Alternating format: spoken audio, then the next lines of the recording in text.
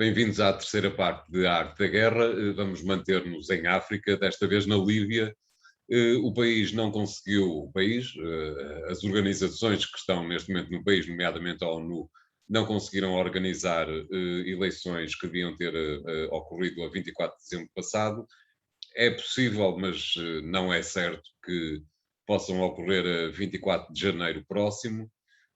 A pergunta que se coloca é, depois de o Ocidente ter antecipado um futuro muito promissor para a Líbia, depois de tudo ter feito para acabar com Gaddafi em 2011, o certo é que mais de 10 anos depois a Líbia encontra-se no mesmo sítio onde estava em 2011, isto é, num caos absoluto, não lhe parece? António, em 2011, as forças internacionais, sob mandato das Nações Unidas, e convém dizê-lo neste particular, intervieram na Líbia para proteger aquilo que parecia ser, e tudo indicava que era, o ataque que Gaddafi estava a fazer à parte mais oriental da Líbia, à Cirenaica, e procuraram, nessa altura, enfim, travar o avanço das forças de Gaddafi, conseguiram. A presença internacional com forças do Reino Unido e da França, com países árabes também, alguns países árabes envolvidos, com a cobertura dos Estados Unidos e com a colaboração também da Itália, fizeram essa operação. Depois que fizeram essa operação, eu costumo dizer como se faz uma obra de construção civil, isto é, já agora acaba-se com Gaddafi. Não estava isso no mandato. E a Rússia, que tinha dito que sim ao mandato, ou pelo menos não se tinha oposto ao mandato quando ele passou pelo Conselho de Segurança, sublinha sempre isto. Não era suposto que Gaddafi fosse perseguido e preso e que acabasse o regime de Gaddafi. Dir-se, mas era saudável para a criação de condições na Líbia que Gaddafi, um ditador feroz, pudesse sair. Bom, mas ou há direito internacional ou não há direito internacional. E, na realidade, a resolução do Conselho de Segurança não permitia um regime change, a mudança de regime. Isso foi feito naturalmente. Aliás, a Rússia aprendeu essa lição e mais tarde, quando há uma tentativa de intervenção na Síria, a Rússia diz, nós lembramos do que é que se passou. Exatamente. Foi o caso da Líbia. E por isso mesmo opuseram-se à resolução na Síria.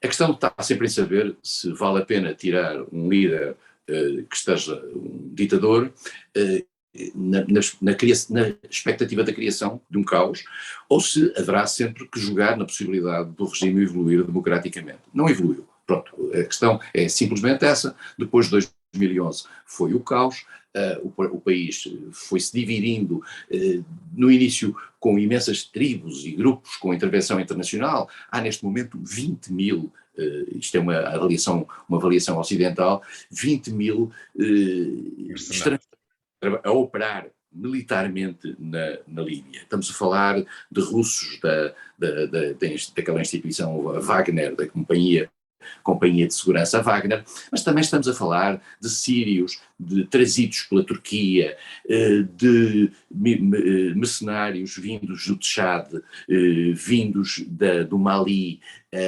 vindos da Argélia. Há uma multiplicidade de gente. No fundo, a realidade de Líbia hoje está partida ao meio, e nós temos, aliás, um mapa onde isso pode ser mostrado. De um lado está, do lado oriental, à direita do mapa, estão as forças, digamos, está a capacidade de intervenção do general Haftar. O general Haftar é uma figura que trabalhou com Gaddafi e depois nos anos 80 se separou e hoje, digamos, domina grande parte do território líbio, como se vê, e em particular domina zonas importantes que têm a ver com as linhas dos oleodutos, e é a parte petrolífera que está também muito por trás desta questão da Líbia. E depois, tem muitos amigos em Paris. Exatamente. E depois há, na parte ocidental, o governo de Trípoli, que é um governo que é um governo frágil, reconhecido pelas Nações Unidas, reconhecido pela generalidade da comunidade internacional e representado na ONU como tal, e que a ONU procura manter como uma espécie de referente para qualquer solução. O António referiu já esta hesitação face às eleições. As eleições na Líbia já deviam ter decorrido em 2018. depois passaram para 2019. Entretanto, foram adiadas para 2021, não puderam ter lugar, estão apontadas para o dia 24 de janeiro de 2022, o dia das eleições italianas também. Há muitas dúvidas sobre se vão realizar estas eleições ou não. Os candidatos que surgem a estas eleições, alguns deles são aquilo que se chama Fishing for Trouble, quer dizer, um deles é o general Haftar, que dirige precisamente o grupo que toma conta da parte oriental, a Tripolita, a Cirenaica da Líbia. O outro é o filho de Gaddafi, Said Gaddafi, que esteve condenado e que agora uma decisão judicial dentro de Trípoli autorizou que ele concorresse às eleições. A outra figura é Dbeiba, que era uma figura que tinha sido encontrada, é um homem de negócios de Misurata, que é uma localidade do Ocidente, junto à costa, que tinha sido encontrado como um primeiro-ministro de um governo de transição e que tinha dito que não queria ser presidente, mas agora aparece como candidato à presidência. Mas aparecem 70 e tal candidatos à presidência, dos quais 25 foram afastados, alguns foram recuperados. Por outro lado, os termos de referência na base dos quais se vão fazer as eleições, para as quais estão inscritos 2,5 milhões de líbios, estão ainda muito vagos. E, portanto, as condições para estas eleições são muito problemáticas. Por outro lado, havia também a ideia de fazer uma Constituição antes das eleições, mas isso implicaria quase umas eleições. Havia a ideia de fazer ou não umas eleições legislativas simultaneamente com as eleições presidenciais. Tudo isto está muito vago. Há um shuttle permanente entre aqueles que falam com o governo em Trípoli e aqueles que falam com o general Haftar. Houve reuniões em Tobruk há poucos dias. O general Haftar, todos nós sabemos que tem apoios do Egito, que tem apoios da França, que tem apoios da Rússia. Do outro lado encontramos o governo legítimo, ou digamos, embora frágil, nomeado pelas Nações Unidas, que tem uma forte influência da Turquia. A Turquia protege, a Turquia tem forças locais. Portanto, estamos aqui num país completamente minado pela influência estrangeira. E isso é uma receita para o desastre. Portanto, era essa a primeira preocupação da ONU, aliás, que pediu a todos os mercenários para que se retirassem do país. Portanto, eu diria que a questão é quase a mesma de que o Sr. Embaixador falava há bocado com o Sudão. É possível que a Líbia acabe dividida a meio entre a Líbia Oriental e a Líbia Ocidental. É curioso, a Líbia no passado, antes de 1961, 62, ao tempo do rei Idris, era uma espécie de federação de tribos. E foi o surgimento do petróleo, em 65 ou 64, 65, que fez com que o rei Idris pensasse que era necessário criar um poder central para garantir, digamos, que as receitas petrolíferas acabavam por ter um dono. Ora bem, a Líbia na realidade é uma mescla de tribos.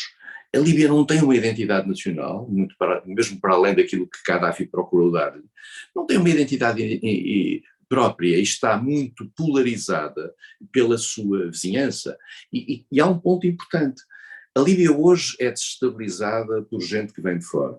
Mas nós temos que perceber o que se passou depois de 2011, quando Gaddafi caiu, e quando as armas, a Líbia estava extremamente bem armada, a Líbia é um país muito rico, tem petróleo e era um país muito, muito bem armado. Essas armas estão hoje a ser o fator de estabilização no Sahel. Foram armas que foram para o Mali, que desapareceram naqueles desertos lá por baixo, e portanto a Líbia foi ela própria um fator de desregulação. E por outro lado, e por isso é que a Europa não se desinteressa tanto pela Líbia, a Líbia é hoje o grande centro, digamos, de passagem daquilo que são os fluxos migratórios que vêm da África subsaariana, claro, e que chegam às costas da Líbia. Por isso é que, por exemplo, nós lembramos os acordos que Berlusconi tentou fazer com Gaddafi, bilateralmente, para prevenir a ida dos barcos que vão, porque a Itália é, digamos, o primeiro objetivo desses países, que é o mais próximo. E, portanto, a Líbia hoje, até sob o ponto de vista de fluxo migratório, uma grande preocupação para a Europa. E por isso mesmo, digamos, os europeus não se desinteressam pelo futuro da Líbia, independentemente, enfim, no passado, terem estado lá como potências coloniais. Talvez daí a estranheza que causa o facto de haver um país europeu, a França no caso, que está empenhada em que uma das partes ganhe e a União Europeia parecer estar menos certa sobre quem é que há de apoiar. António, a questão é sempre esta, é saber o que é que está por trás e quais são os interesses que se mobilizam. E há interesses de natureza petrolífera que são muito claros. Mas nós vamos provavelmente assistir, eu não sei como é que a situação vai evoluir na Líbia nos próximos 2 meses, mas nós já tivemos o anúncio esta semana de que Erdogan, que apoia o general Haftar, vai à Arábia Saudita em fevereiro. E provavelmente este circuito, digamos, de ligação das duas alas sunitas, a ala sunita que é titulada para a Arábia Saudita e a ala sunita que é titulada pela Turquia, que tem uma posição diferente relativamente à situação interna líbia, vão ficar em diálogo. E, portanto, há coisas aqui a mover que já escapam, eu diria, ao próprio controlo ocidental e ao próprio controlo europeu em particular. Claro. Vamos ficar a observar, porque com certeza voltaremos a falar da Líbia dentro de algumas semanas. Entretanto, o programa Arte da Guerra de hoje fica por aqui. Até para a semana, quando voltaremos com 3 novos temas. Até lá.